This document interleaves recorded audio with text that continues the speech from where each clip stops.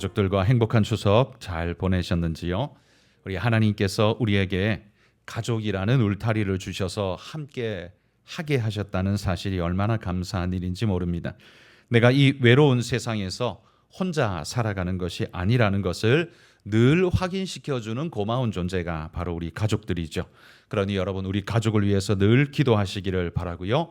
또 영적인 가족인 우리 교회, 이렇게 함께 모여 하늘 아버지를 함께 예배하고 높이는 이 자리에 오신 여러분들을 진심으로 축복합니다.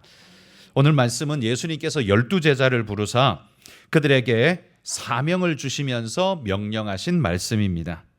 제자가 왜 세워졌는가에 대한 대답이라고 말할 수도 있고요. 또한 제자는 어떤 사역을 해야 하는가에 대한 가르침이라고 할 수도 있을 겁니다. 오늘 이 시대를 예수 제자로서 살아가는 우리 성도 여러분, 오늘 말씀을 통해서 내가 어디로 또 어떻게 살아가야 하는지 그 방향성을 다시금 정립하는 오늘 귀한 시간이 되시기를 바랍니다. 오늘 주님은 이 12명의 제자를 세우고는 그들에게 5절에 보면 이렇게 말합니다. 내보내시며 명하여 이르셨다라고 말합니다. 그러니까 제자란 예수님을 대리해서 내보내기 위해서 부름받은 존재들, 그들이 바로 제자라는 말이죠. 예수님은 자신의 밥을 짓고 빨래하라고 제자를 부르신 게 아닙니다. 그분의 핵심적 명령과 가르침을 사람들에게 전하기 위해서 대리자로 우리를 부르셔서 내가 모든 곳에 이 육신의 몸을 가지고 갈 수 없으니 너희들이 곳곳에 함께 내 이름으로 나가서 전하라. 이후에 내가 죽음과 부활로 승천하여 올라가겠지만 너희는 내가 다시 오는 그날까지 이 땅에 남아서 나의 파송을 받은 자로서 영원히 이 말씀을 선포하고 전하는 자로 이 땅을 살라. 여러분, 그렇게 명령받은 존재들, 그게 바로 제자가 아닙니까?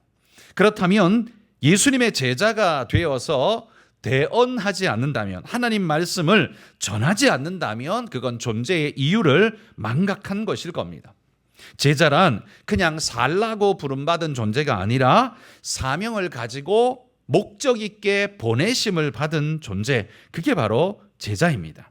그러면 오늘 본문에 보면요, 어떤 명령을 하나님께서 우리에게 짊어지워 보내셨을까요? 오늘 명령에는요, 오늘 말씀에 보면 세 가지 명령을 주고 있습니다. 이게 제자의 근본적 사명이라고 저는 그렇게 믿습니다. 첫 번째 하나님의 명령은 5절에 보시면 가라라고 이렇게 명령합니다.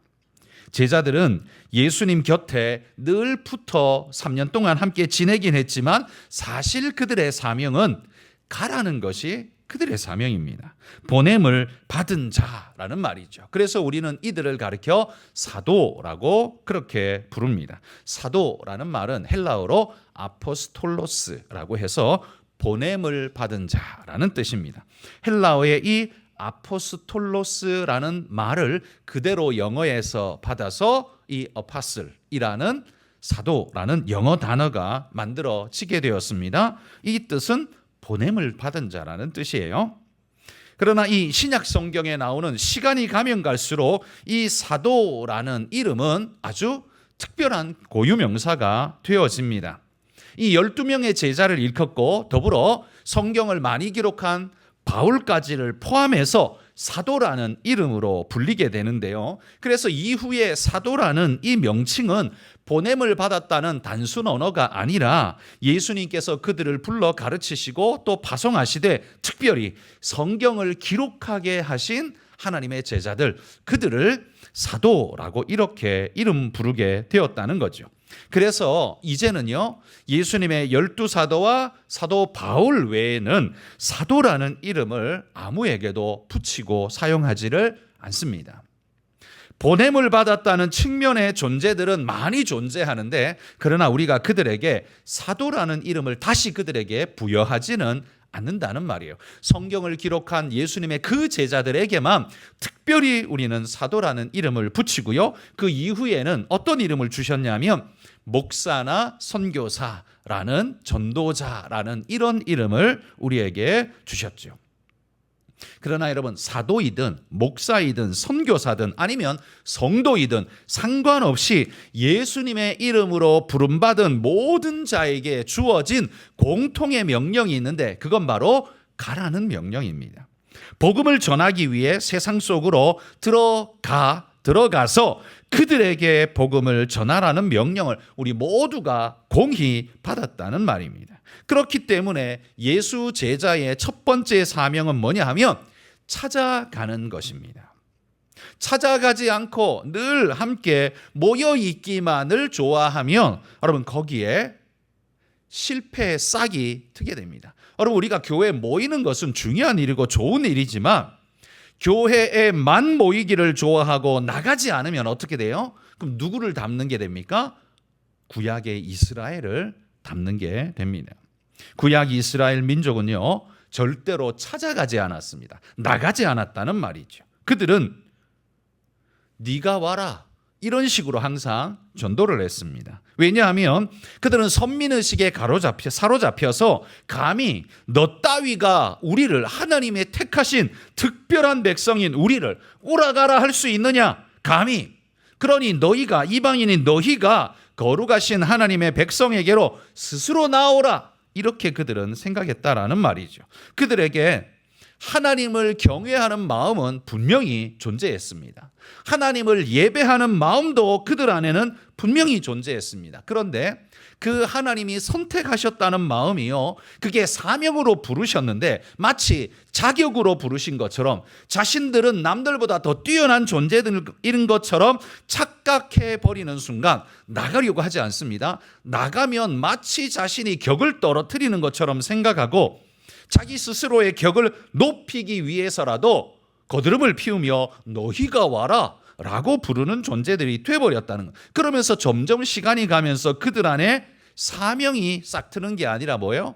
교만이 싹트게 되고 하나님 말씀을 어기고 엉뚱한 짓을 행하는 자들이 되어버렸다는 겁니다. 사명보다 교만이 앞섰다는 말이에요. 그래서 여러분, 이스라엘은 항상 자기에게 찾아오는 자만 받아줬습니다. 그래서 사도행전에 보면, 성경에 보면 경건한 자라고 부르는 사람들이 있어요. 경건한 자, 이 사람들은 유대인을 말하는 게 아닙니다. 유대인들은, 하나님을 믿는 그들은요, 기본적으로 경건한 자라고 그들 스스로 인정했어요. 그래서 그들 스스로에게 경건한 자라고 부르지 않습니다. 사도행전에 보면 경건한 자라고 부르는 모든 자들은 다 이방인이에요. 이방인 중에서도 회당 예배에 나와서 나는 이 율법의 말씀대로, 그 가르침대로 살겠습니다 하고 그 유대 율법 안으로 들어온 자들을 일명 경건한 자, 이렇게 불러줬습니다. 그러니까 선민인 자신들의 격은 1등급 존재들이고, 그 다음에 2등급 존재들이 누구냐 하면 이방인인데 하나님의 말씀을 받고 유대 사회 안에 회당 예배로 들어와서 그 말씀 듣고 찾아온 자들, 요게 이제 2등급 존재들이고, 회당 예배에 안 나오고 관심만 표현하는 존재들도 있고, 그들보다 못한 존재는 아예 관심도 갖지 않고 거들떠도 보지 않는 존재들, 이들은 지옥의 땔감으로 쓰일 존재들, 이렇게 그들은 등급을 매겼다는 거예요.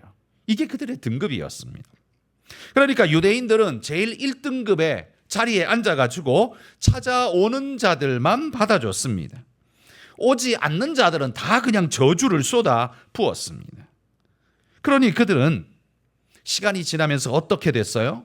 사명은 잃어버리고 교만만 남게 되었습니다. 예수님에게 아주 그냥 직설적으로 욕을 먹는 그런 존재가 될 수밖에 없었다는 거예요. 그러니 여러분, 그리스도인 우리가 2000년이 지났습니다. 예수님 이후로 2000년이 지났는데요, 우리도 나가지 않고 앉아만 있으면 유대인의 모든 것을 답습한 존재가 될 수밖에 없습니다. 그리고 나는 구원받았어 그러면서 큰 소리는 치는데 정작 하나님의 마음을 시원케 해드리는 그 사명의 사역은 전혀 하지 않는, 나 구원받았어, 나는 하늘의 백성이야, 너까지 것들은 전부 지옥의 땔감들이야, 이렇게 말하고 있다면 그건 절대로 하나님이 기뻐하지도 원하지도 않는 존재들이라는 말이에요. 이 사실을 우리는 꼭 기억해야 합니다. 그래서 여러분, 가라는 이 예수님의 첫 번째 명령을 잃어버리면 누구같이 돼요? 유대인같이 된다는 거예요. 하나님이 기뻐하지 않는 유대인같이 된다는 말이에요. 그래서 여러분, 성경이 우리에게 일러주는 하나님의 사역은 어떻습니까? 하나님은 성경에 어떻게 사역하십니까? 그걸 우리가 유심히 보면 우리가 어떻게 사역해야 되는지가 나옵니다. 여러분, 하나님은 네가 나를 닮아 죄를 짓지 않고 거룩하고 깨끗하면 내가 너희를 만나주리라, 이렇게 말씀하셨습니까? 아닙니다. 만약에 하나님이 그렇게 말씀하셨다면 지구상에 단 한 존재도 하나님을 만나고 구원 얻을 존재는 단 한 사람도 없습니다. 하나님은 네가 깨끗게 되면 내가 만나주리라 라고 하지 않고 어떻게 해요? 불쑥 찾아와 주셨습니다. 그게 하나님의 사역이잖아요. 그것을 가장 극명하게 보여준 사건이 바로 성육신 사건입니다. 성육신 사건에 요한복음에 뭐라고 말합니까? 자기 백성이 영접지 아니했지만 그분이 자기 백성에게 찾아오셨다고 말합니다. 찾아오시고 난 다음에 그분을 영접하고 그렇군요 하고 받아들이는, 그분을 모셔드리는 모든 자들을 하나님의 자녀가 되게 하셨다라고 했어요. 그러니까 누가 먼저 시작한 거예요?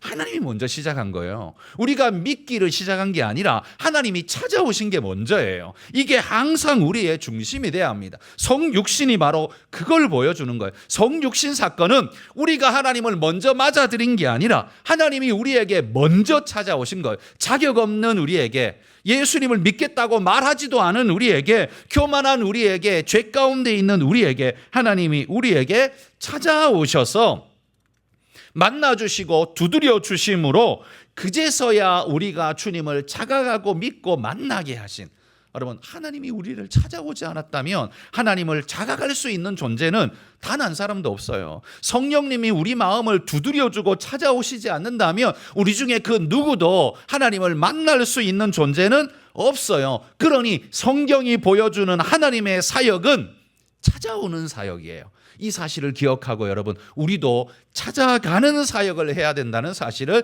늘 잊지 마시기를 축복합니다. 또 하나, 여러분, 천사는 어떻습니까? 천사는요, 하나님의 명령을 받아서 이 땅의 사명자들에게 그 하나님의 명령을 전달해 주러 찾아오는 자, 그게 천사예요. 날개 달린 자, 이걸 천사라고 말하는 게 아니라 하나님의 명령을 전달해 주는 메신저, 그들을 우리는 천사라고 부르잖아요. 천사 가브리엘이 찾아오고 그렇게 메시지가 전달되어 하나님의 백성들이 그 말씀을 듣고 그렇군요 하나님 하면서 변화되어지고 그 백성들에게 말씀을 전하는 자가 되는 것, 이게 천사 아닙니까? 그래서 여러분, 하늘의 존재로서 우리에게 찾아오는 자, 이걸 천사라고 부른다면 인간의 존재로서 우리에게 찾아오는 자, 그게 누구예요? 그게 바로 선지자이고 구약에는, 신약에는 제자들이라는 말이에요. 예수님이 우리를 제자로 부르셨다면 우리는 뭐 하는 존재여야 한다고요? 찾아가는 존재여야 한다고요. 그러니까 우리 교회에 오는 사람을 반겨 맞읍시다, 이건 당연히 해야 될 일이고 여기에서 멈추면 안 된다는 거예요. 오는 사람만 받읍시다, 이거는 이스라엘의 전도법이고요. 그게 아니라 찾아가서 전합시다, 그리고 함께 합시다, 여기까지 나가는 게 그게 바로 신약의, 하나님이 원하시는 신약의 전도법이다라는 사실을 잊지 마시길 바랍니다. 오늘날 이 복음의 말씀을 가지고 찾아가는 사람들이 누구입니까? 대표적인 사람이 선교사이고 그 다음에 전도자입니다.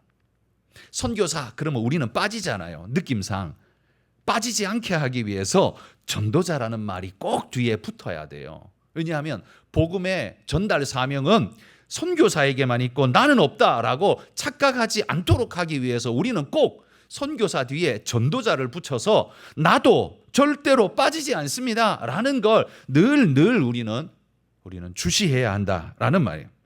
그래서 여러분, 선교사요 전도자인 성도들이 믿지 않는 이들과 하나님을 알고 싶어하는 그들에게 찾아가지 않는다면 우리의 사명을 다했다라고 결코 말할 수 없다는 사실을 기억하고 여러분 우리가 찾아갈 수 있기를 소망합니다. 여러분 우리가 이번 명절에도 우리 성김위원회가 찾아가서 전달해 주지 않습니까? 쌀도 뭐 계란도 반찬도 나눠주는 일, 이게 얼마나 귀한 일입니까? 제가 뭐 설교 들어오기 전에 잠깐 뉴스를 보니까 요즘 그 병원에 의사가 없어가지고 뺑뺑이를 하고 있지 않습니까?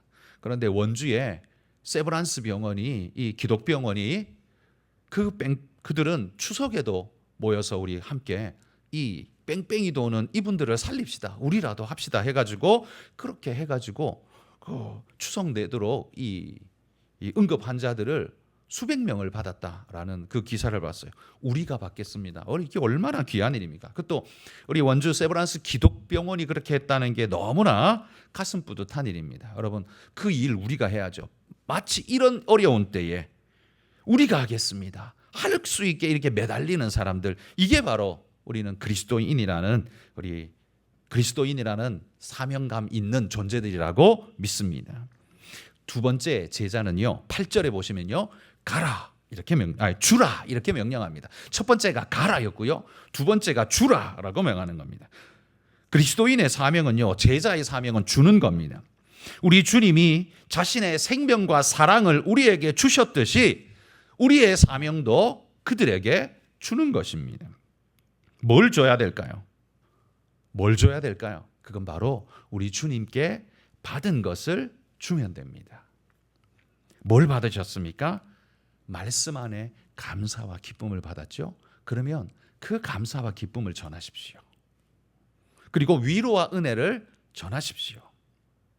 그들이 우리를 만나서 평안할 수 있도록, 위로받을 수 있도록 여러분 그렇게 먼저 다가가서 따뜻한 손길이 먼저 가시기를 축복합니다. 그가 예수 믿어야 따뜻한 손길을 내미는 게 아니에요. 그건 교회가 해야 될 순서가 아니에요. 그들이 예수 믿어야 따뜻한 손길을 내미는 게 아니라 따뜻한 손길을 먼저 내밀고 그 다음에 예수님을 믿을 수 있도록 그렇게 권면하고 땡기는 거예요. 그들이 예수 믿든 안 믿든 먼저 해야 되는 건 뭐예요? 따뜻한 손길을 내밀고 위로하는 거. 이게 교회가 먼저 해야 할 일이라는 거예요. 너 교회 오면 해줄게. 이렇게 되면요, 뭐가 돼요? 조건부잖아요. 그건 신앙이 아니고 뭘 얻기 위해 오는 게 되잖아요. 그건 처음부터 잘못 가르친 게 되는 거예요. 처음부터 잘못 가르친 거예요. 너 오면, 교회 오면 해줄게. 교회 오면 내가 이렇게 도와줄게. 안 오면 안 도와줘. 이러면 이게 전도는 되는 것 같은데요, 이게 껍데기만 되고 알맹이가 안 돼요. 예수님은 야, 너 나 믿을래? 그리고 고쳐주신 게 아니에요. 고쳐줘놓고 그 다음에 감격과 기쁨으로 예수님 따르게 하신 게 그게 예수님 방법이잖아요. 그렇다면 우리가 해야 되는 방법도요, 예수 믿든 안 믿든 우리 교회 오든 안 오든 상관없이 줘야 돼요. 베풀어야 돼요. 나눠야 됩니다. 그 은혜를 베풀어야 돼요. 여러분 전도자의 삶은 주는 삶입니다. 제일 중요한 뭘 줘야 하냐면 복음을 전하는 자여야 되고요, 또 이를 위해서 사랑과 긍휼을 전하는 자여야 합니다. 또 이를 위해서 필요하다면 우리의 주머니도 열려야 합니다. 여러분 주머니가 열려야 사실 그 사람의 마음도 녹아지잖아요. 내 주머니 딱 닫아 걸고는 사실 마음이 그렇게 잘 열리질 않습니다. 왜 우리가 음식을 대접하면 그 사람의 입만 열리는 게 아니라 마음도 열리잖아요. 그렇죠? 밥을 함께 나눈다는 의미가 그 사람이 입만 열리는 게 아니라 마음도 열리는 굉장히 중요한 의미가 있습니다. 그래서 밥을 함께 먹으면 그게 식구가 되죠. 식구가 되면 공동체 의식이 생깁니다. 그러면 너하고 나하고는 가족이다, 함께라는 의식이 생겨서 네가 믿는 하나님, 그래 나도 믿어보고 싶다는 마음이 그제서야 마음의 빗장이 풀려서 복음이 싹 들어가기 시작합니다. 그러니까 여러분 그 사람들 입에 밥이 들어갈 수 있는 거 되게 중요한 일이죠. 그러니까 우리의 주머니가 열릴 수 있는 건 여러분 선교에도 되게 중요한 일이라는 거예요. 여러분 선교 사역에 우리나라도 마찬가지고 우리가 하는 선교도 마찬가지고요. 주머니가 열리지 않았는데 선교되는 곳이 어디 있습니까? 없어요. 선교사님이 뭘 줘도 주고요. 그게 꼭 물질적인 것만이 아니라 사랑과 긍휼과 자비와 무엇이든 뭘 줘도 줘야 그 사람들 마음에 빗장이 열리고 그리고 우리를 받아들이기 시작할 때 그 다음에 복음이 들어가는 거예요. 복음이 들어가고 열리는 게 아니라 이게 하나님의 은혜의 말씀이 그들의 마음을 두드릴 수 있는 통로를 우리가 외면적인 것을 우리가 만들어주는 것도 매우 중요한 선교라는 거예요. 그의 진짜 마음을 여는 건 성령님이 하실 일이잖아요. 그건 성령님의 일이에요. 내가 할 수 있는 물리적인 존재, 나의 할 수 있는 일은 뭐예요? 돕는 일과 내 입술로 복음을 전하는 일. 두 가지예요. 진짜 중요한 건 우리 주의 성령께서 그 다음에 알아서 해주실 겁니다. 우리가 마땅히 그의 마음을 열 수 있다면, 거기에 필요하다면 내 주머니도 열릴 수 있는 여러분 그런 은혜의 헌신자들이 되시기를 소망합니다. 주라는 주님의 명령이 여러분 우리에게 주어져 있다는 걸 기억합시다. 내가 주님의 제자라면 주기 위해 하나님 이게 필요합니다. 내게 주십시오 라고 여러분 간절히 기도할 수 있기를 바랍니다. 욕심으로 기도하면 하나님이 안 주시겠지만 여러분이 사명을 위해서 기도하면 하나님이 왜 안 주시겠습니까? 그게 속된 욕심이 아니라 여러분이 전도하기 위해서, 이 생명 구원하기 위해서, 이 사람의 복음의 말씀으로 하나님 변화되기 위해서 하나님 이게 지금 꼭 필요합니다 라고 기도하면 하나님이 그거 왜 안 주시겠습니까? 그러니 여러분 하나님의 이름으로 베푸시기를, 주시기를, 주라 그리하면 주시리니 누르고 흔들어 넘치도록 풍성하게 우리에게 안겨준다는 약속의 말씀을 믿고 주시는 분들이 되시기를 바랍니다. 세 번째는요, 12절에 보면 제자에게 빌라 이렇게 명령합니다. 첫 번째는 뭘 했어요? 가라. 두 번째는 주라. 세 번째는 빌라. 기도하라는 말이에요. 그들을 위해서 기도하는 것이 제자의 세 번째 사명입니다. 우리는 복음만 주는 것이 아니라요, 그들을 위해 기도해 주는 사명도 우리의 사명이라는 걸 잊지 맙시다. 마치 제사장이 백성을 위해서 하나님께 대신 기도해 주고 고해 주는 것처럼 하나님을 잘 알지 못하는 그들이 나 기도 어떻게 하는지도 몰라, 나는 해본 적이 없어 라고 말하는 사람을 위해서 내가 대신 기도해 줄게, 그리고 나 따라서 한번 기도해봐, 이렇게 말하면서 기도를 먼저 해줄 수 있는 그런 분들이 우리 되기를 바랍니다. 그러면 여러분 우리 주님은 뭘 위해서 기도하라고 지금 말씀하고 있을까요? 첫 번째는요, 오늘 본문에 보면 평안을 기도해 주라고 말하고 있습니다. 평안을 빌라. 하나님의 평강이 그 집에 가득할 수 있기를, 그래서 진정한 평안을 받을 수 있도록 기도하라고 말해요. 여러분 진정한 평안은 어떻게 임하는 겁니까? 진정한 평안은 뭘까요? 마음에 혼란한 요동함이 없는 진짜 평안. 그건 문제가 없을 때 발생하는 우리의 평온한 상태, 그걸까요? 그건 그냥 표면적인 일반적인 세상의 평안이고요. 본질적인 평안, 하나님이 주는 평안은요, 풍랑이 일고 어려움이 있어도 하나님 때문에 평안한, 고통과 아픔, 십자가 위에서 눈물을 흘리면서도 하나님 때문에 샬롬을 그 마음이 누리는 평안. 여러분 그게 진정한 평안이에요. 그러니까 평안은 외부적인 조건 어떤 것 때문에 흔들리지 않는 것, 그게 진짜 평안이라는 말이에요. 그러니까 여러분 진짜 평안은 누구만 누릴 수 있을까요? 그건 진짜 하나님을 사랑하는 사람만 누릴 수 있어요. 흉내내는 사람은 못 누립니다.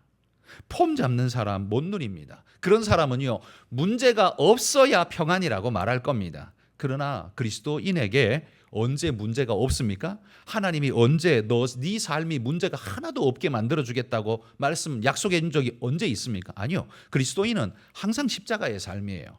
내 십자가를 치고 따라오라고 그랬지 내가 십자가 다 치워줄게 따라와라고 말씀하신 적이 없잖아요. 그러니까 우리에게 주신 진정한 평안은 문제가 없는 평안이 아니라 문제를 밟고 서는 평안, 그 문제 속에서도 느끼는 평안입니다. 여러분 이 우리가 그들에게 내가 그에게 평안을 줄 수는 없습니다. 이 진정한 평안 누가 줄 수 있어요? 그가 하나님을 만날 때 그때서야 비로소 진정한 평안을 그가 얻게 됩니다. 그러니까 우리가 해줄 수 있는 건 뭐예요?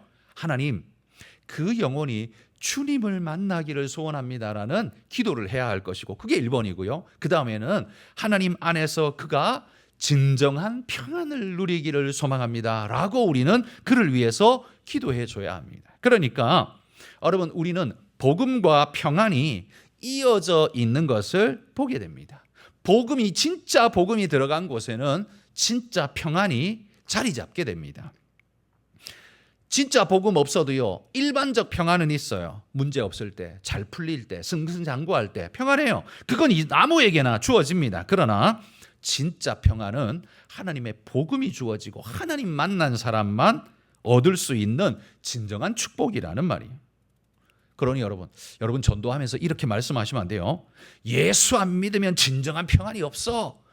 너희까지 것들은 평안이 없어. 그래서 그러면 뭐 싸우자고 덤비는 거잖아요. 여러분, 이게 까놓고 이야기해서 틀린 말은 아닌데 그 말 듣고 기분 좋을 사람이 어디 있습니까? 그 말 듣고 나 예수 믿겠다고 할 사람이 열에 하나가 있겠습니까? 100에 하나가 있겠습니까? 기분 나빠서도 나는 안 믿어 하지 않겠습니까? 그러니까 틀린 말은 아닐지라도 굳이 그렇게 말할 필요가 뭐 있습니까? 나중에 알고 나면, 깨닫고 나면 저절로 알게 될 텐데 그걸로 굳이 마음의 바리케이트를 하나 더 칠 필요가 뭐 있냐는 말이에요. 그건 전도 방법상 좋지 못하다는 거예요. 그 사람이 아직 미숙해서 모르는 것일 뿐인데 거기다 대놓고 욕을 할 필요가 뭐 있어요.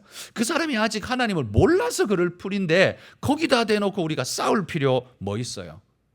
아직 모르니까. 그러나 평안을 먼저 빌어보십시오. 마음 문이 열리고, 문이 열리고 나면 복음이 들어가고, 복음이 들어가고 나면 진짜 평안도 들어가게 될 줄 믿습니다. 여러분, 복음과 함께 평안을 주시기를 기도하시기를 바랍니다. 두 번째 우리가 기도해야 되는 것도 이런 게 있어요. 마귀가 가로막는 시험에 들지 않도록 그들을 위해서 기도해 주십시오. 여기 빌라라고 말할 때 그냥 단순히 마음이 편안하기만을 비는 정도가 아니라 마귀가 우리를 흔들어 놓는 일들이 부지기수로 일어나는데 그때에도 흔들리지 않고 시험 들지 않고 하나님 만날 수 있도록 기도해 주십시오. 여러분, 우리가 신앙생활 수십 년 해왔잖아요. 수십 년 해오는 신앙생활 속에 정말 까놓고 이야기해서 여러분 신앙이 훌쩍 클 때는 평안할 때가 아니라 힘들었을 때 아닌가요? 그게 사실일 겁니다. 평안할 때에는 여러분 신앙 별로 안 잘합니다. 그게 그거고 그게 그거 같아요. 근데 눈물 콧물을 쏙 빼게 해놓고 매달려 간절히 기도하게 했을 때에는요, 내 신앙이요 쑥쑥 크는 걸 발견하게 될 겁니다. 그러니 여러분, 어려움을 겪지 않는 신앙이 성장하고 자란다는 거 사실 기대하기 어렵습니다. 기대하기 어렵습니다. 하나님께서 우리에게 마귀의 시험을 욥에게처럼 허락하신 이유는 우리가 싫어서가 아니라 미워서가 아니라 우리로 성장하게 하기 위해서, 그리고 그 어려움 속에서 하나님을 진짜 만나게 하기 위해서, 그리고 그 어려움 속에 만나는 하나님의 축복이 정말 달콤하게 하기 위해서. 똑같은 물도요. 제가 지난주에 이 내시경 검사하느라 장내시경 검사한다고 엄청 물 마셨습니다. 이게 청소하려면 이 약 먹고 씻어내야 되니까요. 뭐 한 1리터, 2리터를 계속 마셔야 되거든요. 그냥 생으로 물을 마시려니까 이게 죽을 맛이더라고요. 근데 여러분, 갈증이 타는 사람에게 물은 얼마나 달고 맛있습니까? 그죠? 갈증이 타는 사람에게 물이 달고 맛있듯 우리가 영적으로 어려움을 만나고 환난을 만날 때 하나님의 말씀은 생수같이 달고 맛있을 겁니다. 그러니 여러분, 어렵고 힘든 일이 문제가 아닙니다. 그래서 우리는 그들을 위해 기도해 줍니다. 하나님, 그 문제에 무너지지 않고 이겨낼 수 있도록 하나님 그 영혼을 붙잡아 달라고 기도해야 합니다. 그래서 여러분, 그들을 위해 기도해 주는 건 평안만이 아니라 무너지지 않기를 기도하십시오. 또 기도해 줘야 되는 건 이겁니다. 그들이 복음 안에 들어왔을 때, 이게 초신자들의 이야기입니다. 복음 안에 들어왔을 때 하나님 그의 마음에 예수 믿고 그 마음이 경험하는 기쁨과 감사가 있게 해 주십시오라고 여러분 꼭 기도하십시오. 예수 믿었는데 뭐가 좋은지 모르겠어. 나는 뭐 아무것도 못 느끼겠는데 여러분 이렇게 한 몇 달만 지나가 보십시오. 교회 안 나옵니다. 이렇게 몇 달만 지나가면요. 교회 안 나와요. 왜요? 뭐 믿으나 안 믿으나 똑같은 것 같고 뭐 별로 필요도 못 느끼거든요. 여러분 우리 교회 제가 딱히 따로 여러분에게 전체에게 설명을 잘 안 드려서 잘 모르실 텐데 우리 교회는요. 등록 신청서를 써낸다고 해서 바로 등록이 되는 게 아닙니다. 그래서 이름도 등록서가 아니고 등록 신청서입니다. 그러니까 그분이 등록 신청을 써내면 신청을 한 거예요. 여러분 교인으로 받고 안 받고는 법적으로 그 누가 결정하는 줄 아세요? 자기가 써내면 그게 등록되는 게 아니에요. 당회가 그걸 받아야 그게 등록이 되는 거예요. 자기가 써냈다고 그냥 무조건 되는 게 아니고 받아야 돼요. 그런데 제가 써내면 보통 교회들이 써내면 그냥 받아주거든요. 그냥 받아줘요. 근데 그러니까 제가 우리 교회 경험입니다. 제가 해보니까 어떻게 되냐면요. 거의 대부분이요. 한 60, 70%가 한두 번 오고 안 나와요. 그냥 한두 번 오고 안 나와요. 누구 따라서 오기는 왔는데 한두 번 오고는 안 나와 버리니까 등록서만 써놓고 안 나오는 사람들이 되게 많아요. 생각보다 많습니다. 그래서 어떻게 보면 등록서만 지저분해지는 거예요. 이거 한 주 만에 등록시켜 놨더니만 그 다음에 안 나와. 아 이거 어떻게 빼야 돼요? 말아야 돼요? 등록되면 뭐예요? 그 사람이 다른 교회 세례교인이었으면 이 선거권이 생기잖아요. 등록받았으면. 그럼 공동회의에 참여할 수도 있고요. 선거할 수도 있고 피선거권도 생기고 다 생겨요. 그러면 한 주만 나오면 그 권한이 생겨요? 그거 어떻게 되는 거예요? 그래서 신천지가 그걸 이용해서 그냥 조그만 교회에는 신천지 멤버들을 막 등록시켜버린 거예요. 왜냐하면 등록받는 순간 선거권이 생기거든요. 그래가지고 투표할 때마다 선거하게 해가지고 신천지 자기 사람 뽑도록 만들어가지고 그렇게 해서 쓰는 전략이 산 옮기기 전략이에요. 그러니까 교회를 통째로 먹어버리는 전략. 그게 신천지 전략이었어요. 그래서 교회들이 신천지를 경험하고 난 다음에 이제 등록을 바로 안 받아줍니다. 그런 일들이 생기니까 이 사람이 진짜인지 어떤 목적을 위해서 지금 단기간 쫙 와가지고 한 건 하려고 온 건 아닌지 지켜보기 위해서 우리 교회도 조건이 이겁니다. 6개월을 등록 신청 후 6개월 동안 꾸준히 출석을 하는지를 본 이후에 출석률이 좋아야 잘 나오셔야 그 다음에 6개월 후에 등록을 받아줍니다. 여러분에겐 따로 공포를 안 합니다만 저희는 6개월이 지나야 등록을 받아줍니다. 그러니까 여기 지난주에 등록 신청했습니다라고 나오지만 그 사람들이 우리의 등록 교인은 아닙니다. 그냥 허락해 주세요라고 신청한 교인일 뿐이에요. 6개월이 지나야 당회에서 허락을 해줍니다. 이해되시죠? 그래야 우리 교인이 돼요. 그러니까 어떻게 돼요? 6개월 동안 꾸준히 잘 나와야 되겠죠. 그러니까 꾸준히 잘 나오는 동안 어떻게 해요? 그냥 잠깐 온 사람 말고 여러분이 전도하셨으면요. 이분이 교회 안에 등록하는 등록서 써낸 걸로 끝내지 마시고 이 사람이 신앙생활하면서 교회 안에서 예배의 기쁨과 감사를 누릴 수 있도록 경험할 수 있도록 계속 기도하셔야 돼요. 교회 데리고 왔다고 끝난 게 아니고 그들이 복음 안에서 기쁨과 감사를 그리고 나는 몰랐는데 교회 다니니까 참 마음이 평안해지는 것 같아요. 기도하니까 하나님이 내 옆에 계신 것 같아요. 너무 감사합니다. 이런 마음을 느끼는 사람은 떠나지 않습니다. 그런데 뭐야 이건 뭐 와도 그만 안 와도 그만 나 뭐 모르겠는데 귀찮아 죽겠는데 자꾸 가자고 끌고 가니까 힘들어서 죽겠네. 이사를 갈까? 뭐 이렇게 되면 어떻게 해요?